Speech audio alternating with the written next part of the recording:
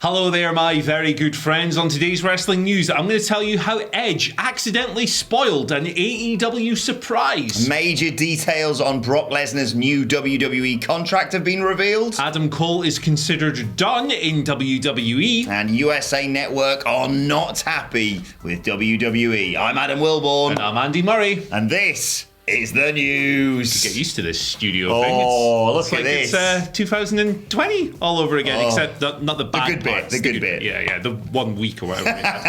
We're going to kick things off by talking about how Edge's recent activity in WWE has actually stopped AEW from pulling off a surprise on this week's episode of Dynamite. And I particularly am very upset with this, as you will come to understand. Gangrel unpacked this story. My boy, my buddy, my pal, my favourite vampire in the whole wide world, Gangrel, unpacked this story on his Fangin' and Bangin' podcast. Wow. So obviously Edge has been doing a lot of Brood stuff recently. There was the Bloodbath on last week, Black Goo Bath on last week's episode of SmackDown. There was the awesome ring entrance with the music and the jacket and the fire, everything else at SummerSlam. This was an unfortunate spanner in the works. So Gangrel told a story here. He learned of all the Edge stuff going on when his notifications on his phone started blowing up, and people who he was around were like, "Hey man, this is so cool. You should be there. You should be there. It'd be awesome, blah, blah, blah." But he was like, oh, okay. He was a bit like, not outwardly excited about it because he was holding something in. That thing he was holding in was a plan for him to appear on this week's episode of the AEW Dynamite.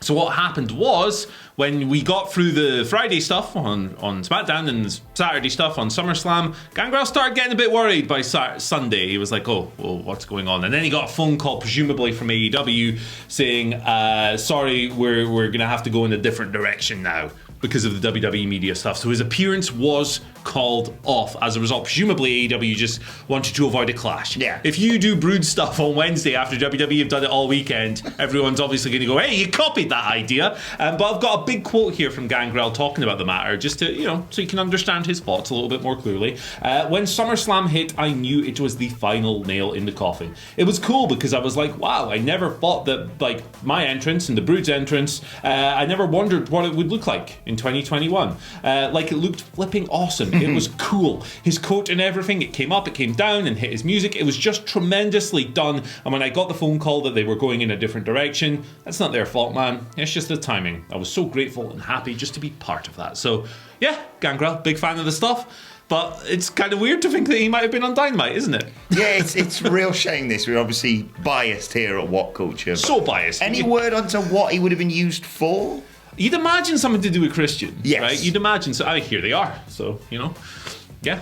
But I assume, when I heard this, it was going to be something around Kenny Omega basically saying, like, here he is, the second best member of the Brood.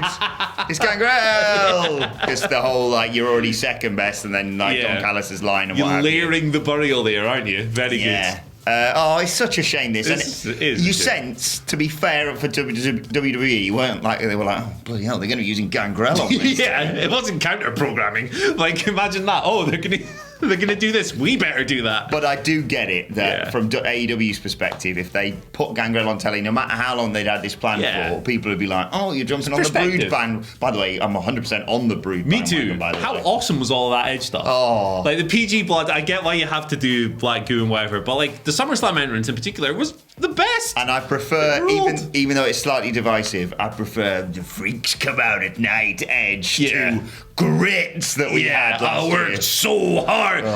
Just be a vampire, brother. It's fine.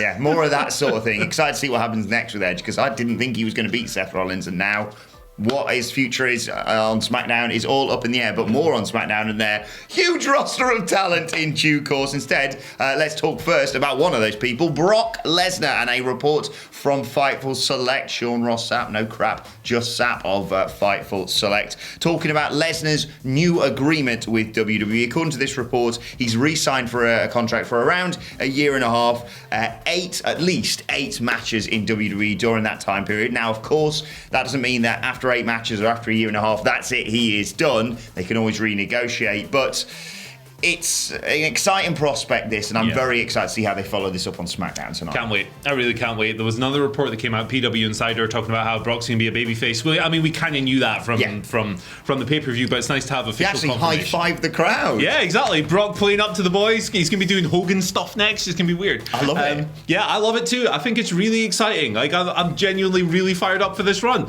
There's so much interesting stuff you can do with him, Heyman, the Universal title, all of that. He might be on the show tonight. It's like a must-see SmackDown, really. Like, WWE's week-to-week marketing isn't always the strongest. I think that's fair to say, no matter how good SmackDown has been at periods. They don't always, like, hype up the show beforehand and go, hey, we're going to have this, this, and this, boom, boom, boom. It's usually kind of a last-minute thing. But knowing that Becky and Brock are going to be on it, like, a week in advance... Oh, it's sick. It's really exciting, and I can't wait. I love it. I was just about to say then, imagine, going back in time to you in 2019 and saying, in 2 years, we're going to have babyface Brock Lesnar and heel Becky Lynch on SmackDown. Although I realised if I did have a time machine to go back 2 years, there's probably slightly more important things I'd want to warn myself about. Yeah. There's a thing or two in there. Like Gangrel's return in 2020. Do it sooner. You're getting Christian in AEW second week. Stupid idiots. How can you not book by now? Damn you. Adam Cole in WWE, a guy we never talk about. He's done. Is he though? Is he? Well, PW Insider's Mike Johnson commenting on this situation, talking about how internally now WWE consider Adam Cole done unless they can come to terms on a new agreement. So we reported earlier... So he's done, unless he's but not. Maybe not. So we reported earlier in the week how WWE, or we covered earlier in the week, we should say, how WWE probably going to offer another contract to him because he's Adam Cole. His contract expires today. Correction on the previous report from earlier this week. So he's going to become a free agent, it seems, unless he signs today. Very exciting time for him. Very exciting indeed. He's in a great position. He can negotiate with everyone. AEW, New Japan, WWE, Impact, Ring of Honor, MLW, Insane Clown Posse, WhatCulture. Yeah, Defiant Wrestling. The BBC, Defiant Wrestling, McDonald. He can do whatever the heck he wants. He's in a great spot, and I hope that wherever he lands, he's just happy and fulfilled and gets paid a big bag because he seems like the nicest guy and he deserves it. Yeah, I think regardless, he's going to be getting paid a lot of money wherever he ends up, and he, like you say, absolutely deserves it. I think he's one of the best NXT superstars ever. Wow. But I've said how you settle this. Like, I said WWE needs to try and do everything. Let him do Twitch. Say, well, let you beat everyone on the main roster or whatever. He's obviously, I don't think he's going to do anything in NXT, even if somehow magically they do get to sign him. You would assume if he doesn't stay in WWE, he will go to AEW because all his mates and his missus are there. Yeah. And obviously, CM Punk wears shoes with letters written on them, which apparently is now evidence of everything that goes on in wrestling. It's a fact. But I've said the easiest way to settle this is the best way. Straight up game, one-on-one, Tony Khan, Vince McMahon, 7-card game of Uno. Ooh. Winner gets to keep Adam Cole. How about a brawl, right, between Tony Khan and Nick Khan, but we up the stakes as well. Winner gets to keep the surname Khan. Ooh, I like that as well. There we go. So we've sorted. There you go, lads. Throw Oliver Khan in as well. It's a different spelling, but never mind. Final question. Final story today concerns the USA Network. They are not happy with WWE. Yeah, death taxes and one TV station being unhappy with WWE, either Fox or USA. It's USA this time. This is according to the brilliant Andrew Zarian of the Mat Men Pro Wrestling podcast, talking about how they're basically, because USA obviously host Raw and NXT, they're looking over the fence at SmackDown going, why do they get all the good talent? Obviously, we mentioned Brock and Becky returning to SmackDown tonight. And yeah, I mean, SmackDown is, I suppose, unofficially or officially, I don't really know. It's the flagship show, of course, of WWE. Has been for a long old time now. But they returned, and they returned in association with SmackDown acts, of course, at SummerSlam.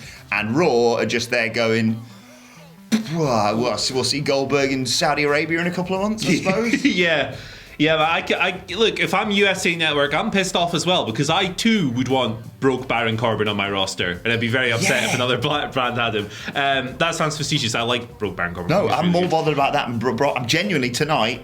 I care more about that than Brock and Becky. Absolutely. But on the other side of the coin, what are USA Network pissed off over? They've got Reggie and Lily. Okay, you've got people with one name. They've got like Cher. Yeah. I get this. I totally get this. SmackDown is loaded. Raw has some good people, obviously. Bobby Lashley, whoever the hell else you want to name. Drew McIntyre, all these guys. Shanky, Angela. But yeah, it is kind of lopsided, and I would hope that they would address that in the draft. In October. Yeah. My birthday's in October, so get me a present. Don't. I'm not a scrounger. But I just want to see that little Fox robot getting excited about re-signing in Italia, despite the fact that we're already on the show. Right, let's move on to your Twitter questions. At WhatCulture WWE, of course, if you want to get in touch with us. First question today comes from J-Man, who says, greetings, you legends. So what if, and just hear me out, Paul Heyman turns on Roman Reigns and reveals it was all a huge sham to help Brock Lesnar become the Universal Champion? Has he ever held the Universal Championship? He hasn't, has he? Brock. No, he has, probably. Yeah, he has. Yeah. Seth Rollins feud and all that. Yeah. It's a risky move, man. It's a real risky move. Things are going really well with this Roman act. People are into it. People are receiving it the way it's supposed to be received. As a heel, he's getting boos. Everyone loves the stories online and stuff. You go on Twitter, it's just wall-to-wall positivity.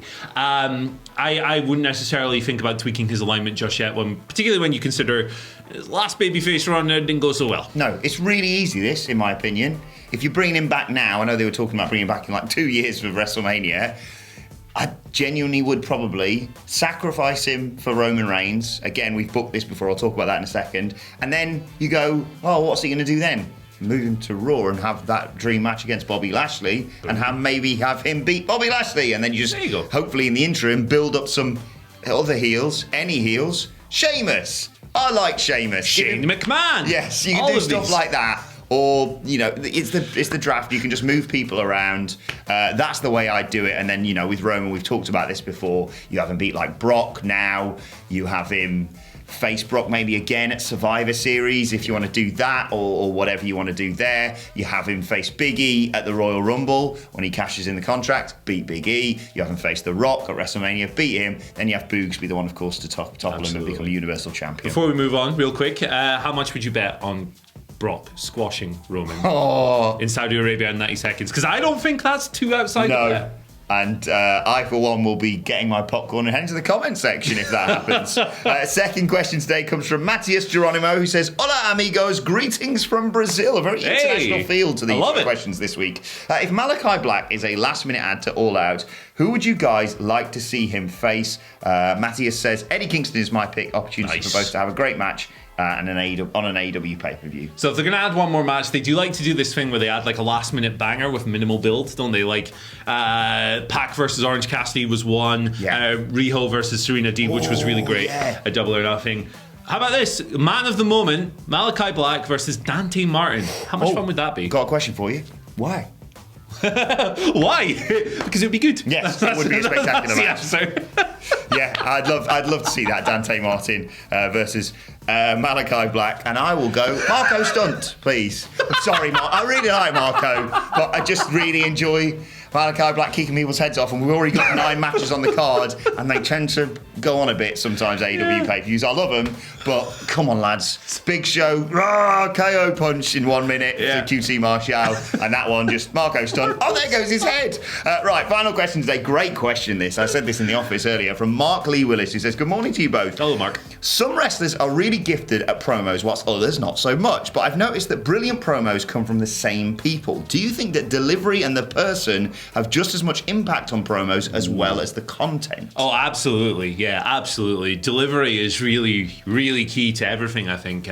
When you think of, the all-time great promos, things like Dusty Rhodes, Hard Times, things like the pipe bomb and everything else, the delivery is so emphatic and so key and so critical. You cannot repeat lines from Hard Times without speaking in Dusty Rhodes voice. Oh, baby. You've just got to do it. I think it's key. It's absolutely key. If I stood here and read a transcript of CM Punk's promo from last Friday's Rampage, for example, it would sound rubbish. Tone of voice. It's, authority, confidence, cadence, everything vitally important. It's a really good question. Particularly in WWE, where they are given chicken and they often have to try and make it into chicken salad. And I think, certain people you go... like Seth Rollins is a perfect example. Godzilla looking ass. We were like, oh, that's rubbish. Whereas The Rock can get people to genuinely sit there and chant popcorn fart. Yeah. And we go, genius. It's very dependent on who it is and whether they can sort of get that stuff over. I do like people like Kevin Owens and Big E, who often just openly acknowledge, what I'm about to say is a load of bollocks, but it's me and everyone likes them. So we go, you're all right. Right, let's move on to today's and finally, and thanks to everyone who tagged us in this. We saw this doing the rounds yesterday. Bad news for poor Tom Tribal, who plays football or formerly used to play football in the Premier League for Norwich City. Tom Tribal was released by Norwich City, if you're unaware of all this.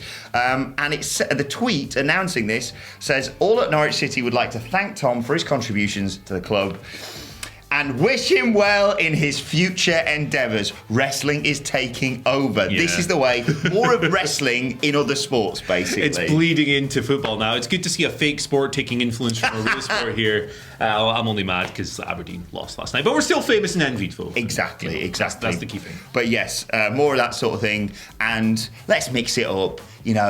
Boxing or UFC, if it gets a bit boring, do a triple threat. Yeah, why not? Bring a steel chair involved. I, for one, would love to see Tyron Woodley be joined by Jorge Masvidal in kicking the crap out of Jake Paul this weekend. I just really want to see Steve Bruce distracting a referee with a foreign object. Imagine that. Yeah. He distracts the ref.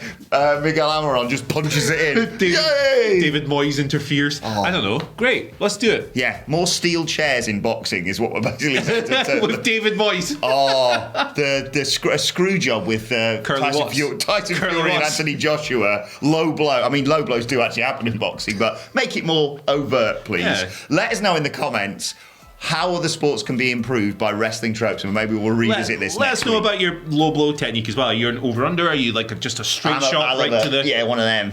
What about an LB right to the baby maker? Oh, yeah. Just a little sneaky one. Right in your little sneak. We will pick up this. I'm gonna check the comments on this, and we'll come back with this on our and finally on Tuesday. Chop that chode. Because it's a 3-day weekend here in the UK. Get in. It is. Fantastic news. Sucks to be you, every other country. Unlucky! Right, let us know your thoughts on that and all today's news stories in the comment section below. Don't forget to like, share, and subscribe. And subscribe to What Culture Wrestling on either iTunes, Spotify, wherever you get your podcasts from for daily wrestling podcasts. A lot coming your way today. We've got the SmackDown preview, we've got the AEW Rampage preview, and we've got good old Wrestle Culture with a hashtag Bloody Good Quiz. Plus, let us know your thoughts and Twitter questions on Twitter at WhatCultureWWE. Watch there, follow both of us. You can follow Andy Murray at... Follow me at Andy H. Murray. The H today stands for Hellbender. Ooh. It's a real thing, which is a large, flat North American aquatic salamander. Is it? Sounds terrifying. Go and pair Hellbender if you can today, but be gentle. Yeah. Follow me on Twitter at Adam Wilborn. Follow us all at WhatCultureWWE. But for now, my thanks to Andy Murray, to the Brood, to you for watching, and we will see you soon. Yes.